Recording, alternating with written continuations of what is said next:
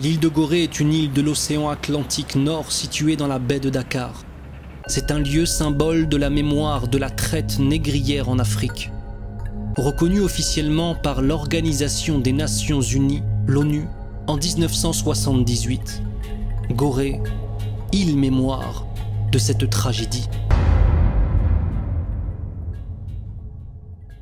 Elle va devenir Gorée, déjà de par son nom, du fait d'une déformation d'un mot hollandais.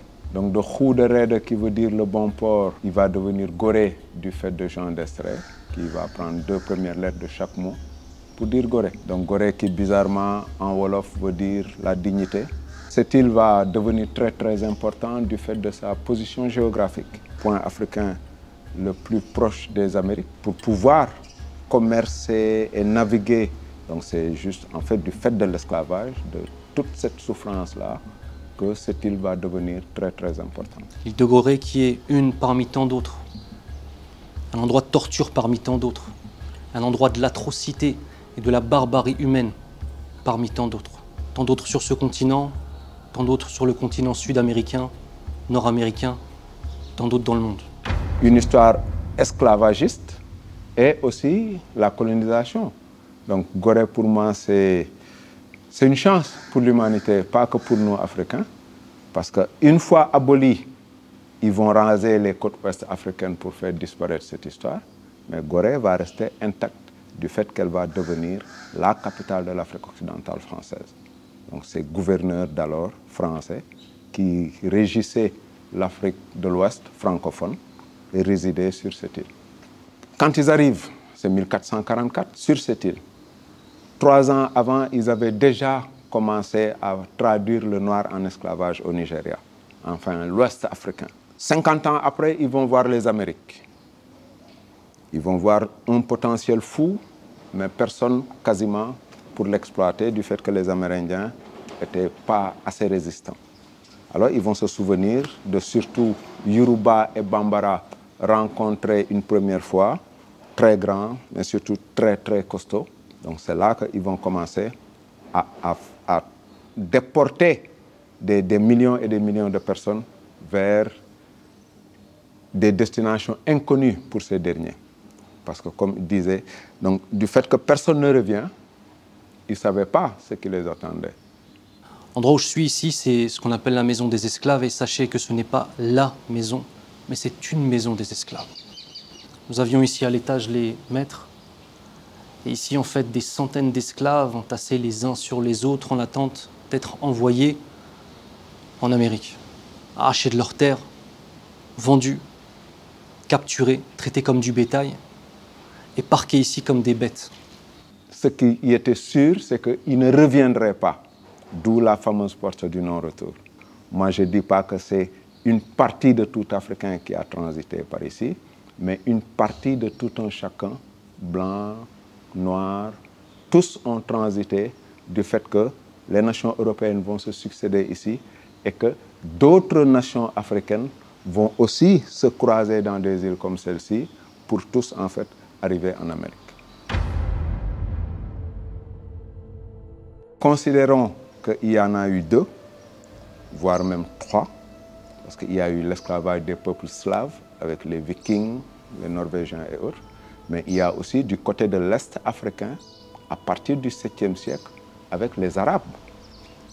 Sauf que pour eux, les destinations, c'était Madagascar, île Maurice, Asie et Arabie. Alors ça, c'était pour moi l'esclavage artisanal, du fait qu'ils se déplaçaient à dos d'âne, à dos de chameau et souvent aussi à pied. Maintenant, industriel, on l'a connu avec l'arrivée des Européens. Donc industriel parce que c'est par centaines dans des bateaux qui vont les déporter vers le Nouveau Monde, l'Amérique. D'où le fait que moi, je pense que c'est plus industriel le côté ouest africain avec les Européens que ce qui s'est passé du côté de l'Est africain avec les Arabes. Regardez aujourd'hui l'univers de l'agroalimentaire et la façon dont ils gèrent les vaches, les poules et les moutons. Eh bien, ce sont les mêmes systèmes. Des systèmes d'une économie globale et d'un système global d'avilissement de l'humain au point de le ramené au simple état de celui d'un animal, et je dirais même que ceux et celles qui accepteraient qu'on traite des animaux comme l'homme noir a été traité durant cette période-là, eh bien cette personne-là n'a même pas de cœur. Donc on est là dans la dernière esclaverie construite par la Hollande sur cette île, 1776, ce qui coïncide avec la déclaration d'indépendance des Amériques. Alors 350 personnes dans une maison comme celle-ci, sachant qu'il y en avait 28. Et juste au rez-de-chaussée, pour les futurs esclaves. Parce que quand ils sont là, en fait, ils ne sont pas encore esclaves. C'est des captifs qu'ils vont préparer à le devenir en Amérique. Alors le but de les amener dans des îles comme ça, c'était de pouvoir voir qui était résistant. Ce qui permettait de faire plus de bénéfices. Parce que si tu amènes quelqu'un pas résistant et que tu ne puisses pas le vendre, ce n'est pas la peine. D'où les conditions. Séparément dans la maison, ils vivent. Donc, on a vu des cellules de 2,60 m sur 2 m pour les hommes.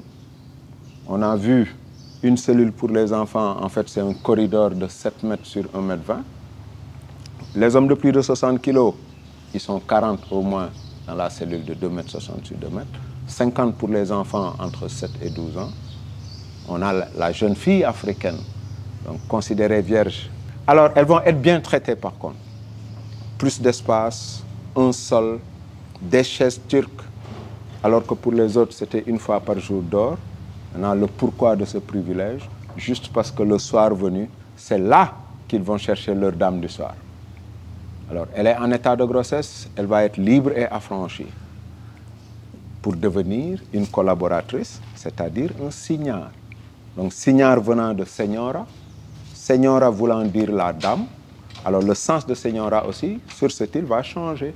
Parce que ici, signard va symboliser le statut social de la personne. Alors, l'enfant métis, toujours au-dessus de la maman noire.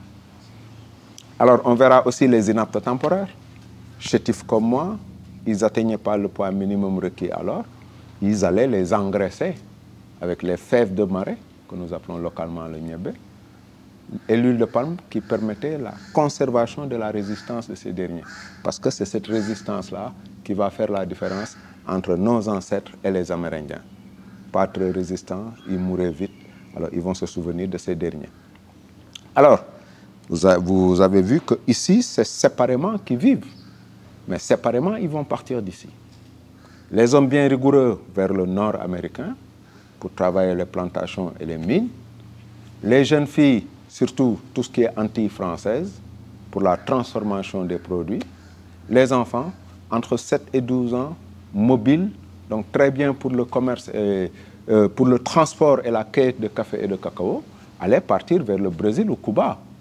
Et je dis, moi, c'est d'où le fait que nous avons les Neymar, donc brésiliens noirs, descendants d'Ouest africains, ils le savent, mais d'où ils viennent, ils ne savent pas.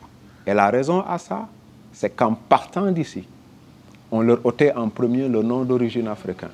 Donc marqué au fer rouge, un numéro ils reçoivent, ils voyagent avec, une fois là-bas, ils vont prendre les noms des nouveaux maîtres.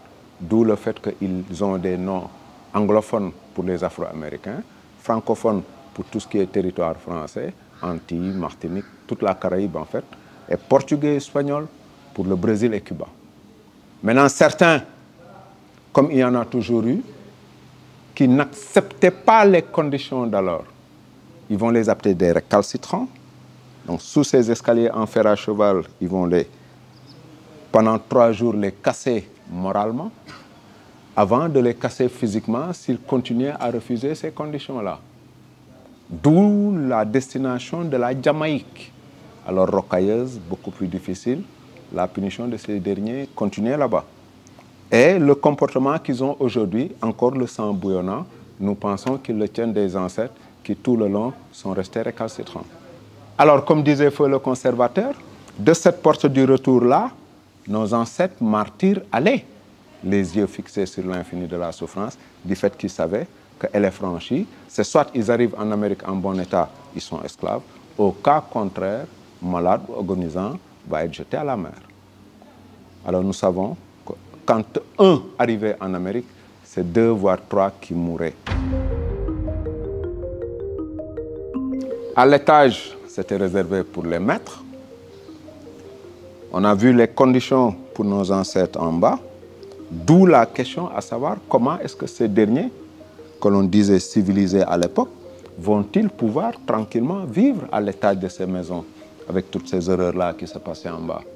Au bout de 3 mois, par contre, la maison allait devenir un marché. D'où le fait qu'ils allaient les présenter au centre, entre ces 2 escaliers-là. Et comme au foirail, vendeurs et acquéreurs sur le balcon regardaient la qualité de la bête, si elle est bonne à prendre ou pas. Donc elle est prise, ils rejoindront des corridors qui vont jouer le rôle de salle d'attente, au cas contraire, retour en cellule, on attend un autre acquéreur.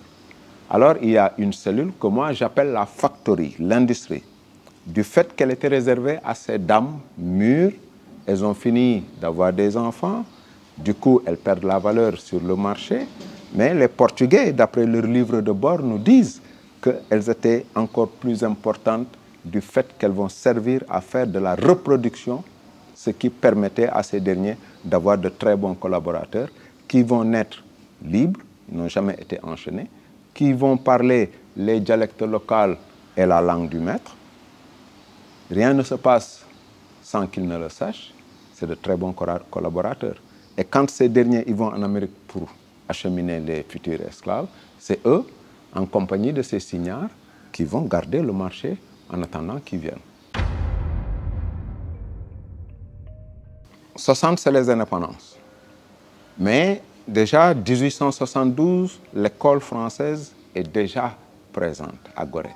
Donc, comme je disais, tout de suite après cette abolition de l'esclavage du fait de Victor Schœlcher, comme le dit l'histoire, sauf que l'histoire ne nous dit pas que pour que l'Assemblée française ratifie cette déclaration d'abolition-là, il a fallu que les nations noires et esclaves indemnisent les nations européennes esclavagistes, d'où l'extrême pauvreté encore de Haïti, qui n'a fini de payer cette indemnité-là qu'en 2003.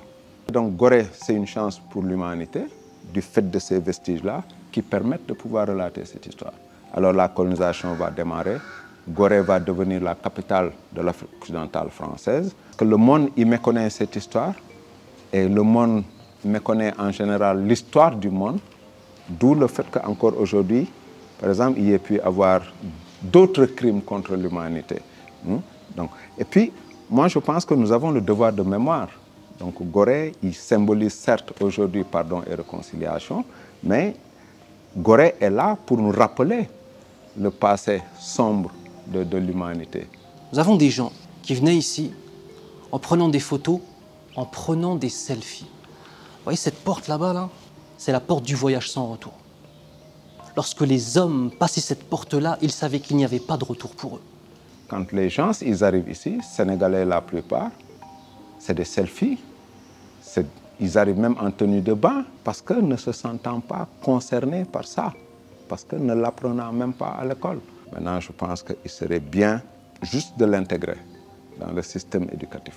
Mais du fait que les manuels ils viennent d'ailleurs et que cette histoire elle fait mal, un jour, Inch'Allah.